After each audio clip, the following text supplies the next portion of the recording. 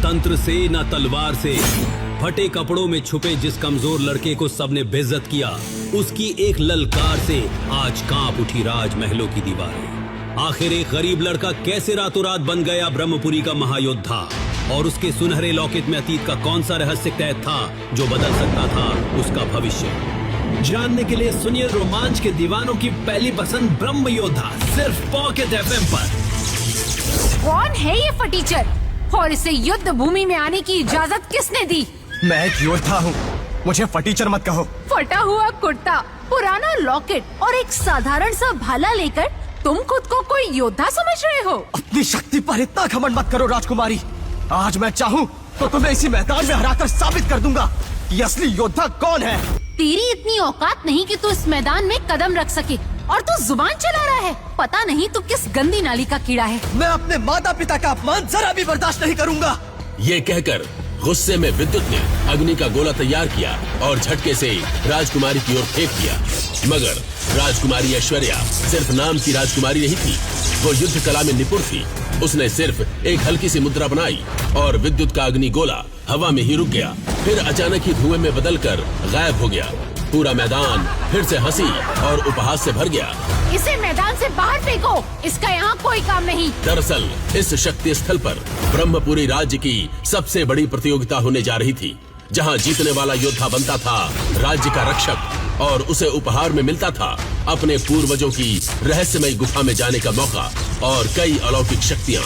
लेकिन ये मुकाबला लड़ने का हक सिर्फ ब्रह्मपुरी राज्य के लीडरों और उनके शिष्यों को ही था, और विद्युत उनमें से कोई नहीं था। न वो किसी बड़े लीडर का बेटा था, और न ही उसके पास कोई गुरु था, और न ही दौलत थी जिससे वो कोई शक्तिशाली हथियार खरीद सके।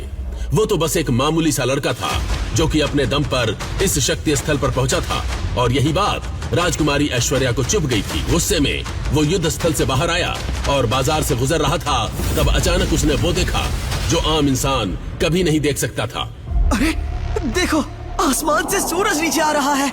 लेकिन विद्युत अनजान था कि उस रोशनी के पीछे छुपा है उसका असली भाग्य और एक ऐसी जंग जो उसकी दुनिया बदल कर रख देगी। उसने किसी की परवाह नहीं की और बेचैनी में वो किले की ऊंची मीनार पर चढ़ गया और मशाल आग के कुंड में डाल दी। ये देखकर राज्य का रक्षक ऋत्विक वेदा हवा में उड़ते हुए वहां पहुंचा, और तभी आसमान में दिखा वो जलता हुआ सूरज जैसा गोला, जो असल में था राज्य का सबसे बूढ़ा और शक्तिशाली योद्धा सिल्वर थामा।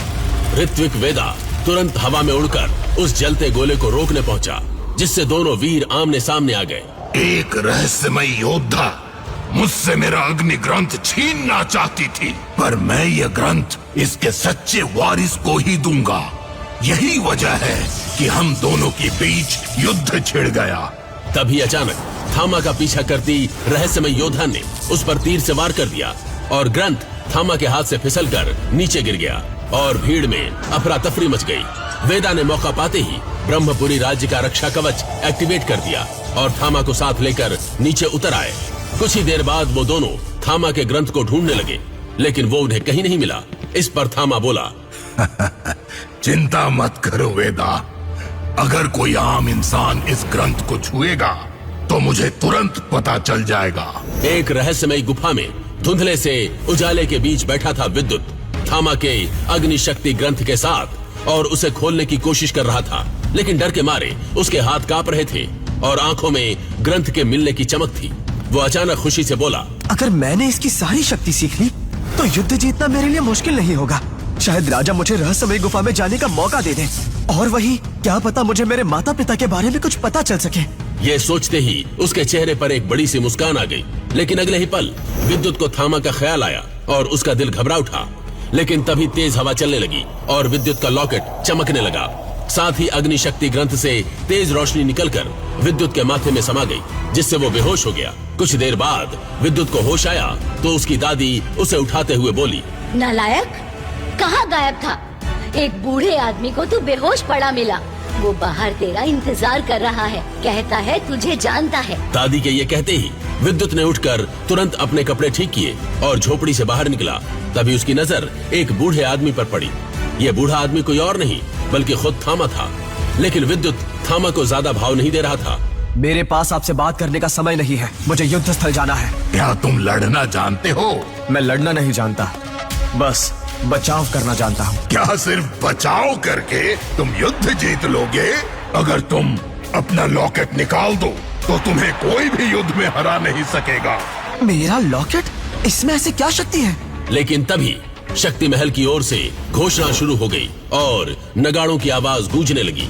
युद्ध आरंभ होने वाला है, सभी योद्धा अपने स्थान ग्रहण करें। विद्युत का दिल अब तेजी से धड़कने लगा। क्या आज उसकी किस्मत बदलने वाली थी? शक्ति महल के विशाल द्वार धीरे धीरे खुलते हैं। भीतर युद्ध की भयंकर तैयारी, बाहर हजारों की भीड़ थी।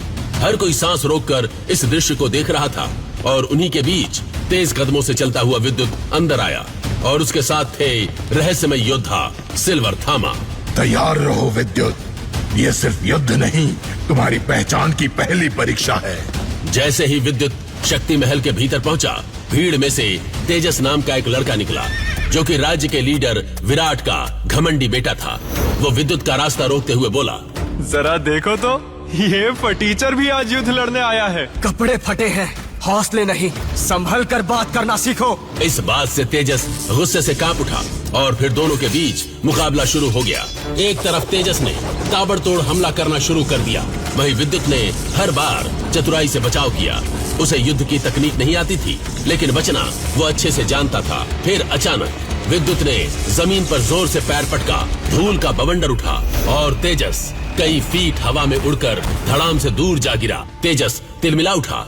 उसने अपनी पूरी शक्ति से एक विशाल आग से भरा शक्ति गोला विद्युत की ओर फेंका।